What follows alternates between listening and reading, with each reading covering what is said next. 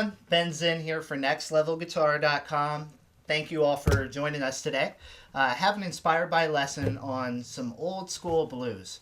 Hey everyone, if you would like some free video lessons and a great ebook, I want you to click on the link below that you see in the YouTube text box. What are you going to get if you do that? You get those free video lessons and you're going to get this killer ebook that's loaded with all kinds of great information. Information on our chords, our strumming, all good stuff that we can use in our guitar playing. So click on that link and we'll continue on. We're going to start out with some basic approaches to our fingerstyle technique. So let's take you through some of those approaches and then we'll build this all together into a nice fun little progression. Okay, so we're going to be on a C chord here. Just go ahead and hold that tight as we talk through some of the right hand approach. The first thing that you want to get comfortable with in this style is keeping steady quarter notes with your thumb. So what I'm going to do here is play string 5 and then 4 of my C chord. And I just want to make sure I'm keeping good time with that.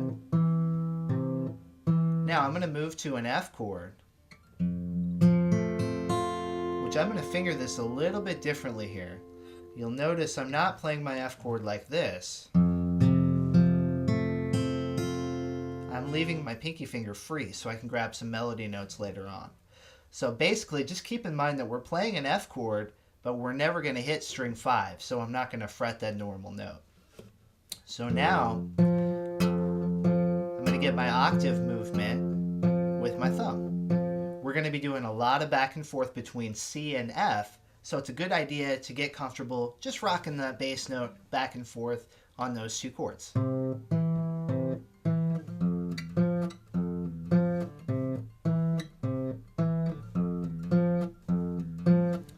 Now we're going to add some finger picking in the higher register of the chord.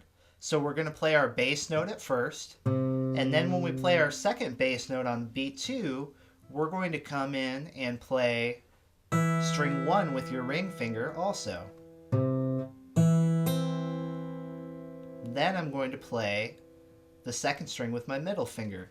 And notice that that happens in between the bass notes. So we're starting to syncopate a little bit more.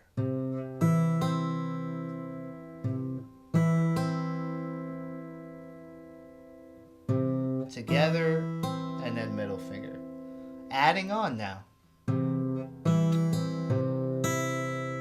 So we have now a bass note. Remember, our bass note is just keeping quarter notes. We're keeping time, and we're staggering the melody as we build this up. That's a good first move to try to get down. That takes you through 4 beats of your pattern. 1, 2, 3, 4. 1, 2, 3, 4. 1, 2, 3, 4. 1, 2, 3, 4. Let's add on to that now.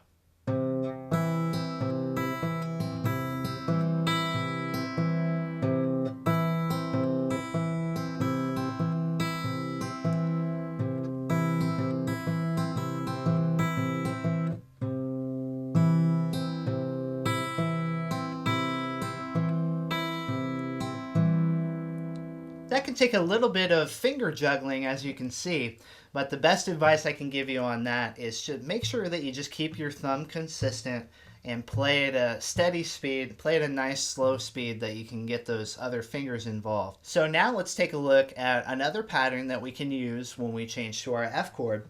Now once again, I'm not playing my F chord like this. This is probably how a lot of us learned it. I'm actually going to take that ring finger off of there and put it where my pinky used to be so that I'm free to add a note up here. So get comfortable with this move, adding your pinky here to the 3rd fret. That's going to be another part that we'll add into our next fingerstyle pattern. So here on our F chord, what we're going to do is again start with just a bass note. Then I'm going to go strings 4 and 2 together. And my pinky's down on that 3rd fret note, by the way. Then I'm going back to my low bass note and my 2nd string with my pinky off at the first fret. So here's what that will look like up to that point.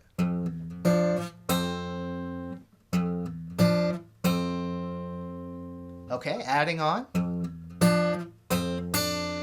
We'll add in the pinky note on the third fret without a bass note, so it's in between the bass notes is when we strike that. And then follow with a bass note.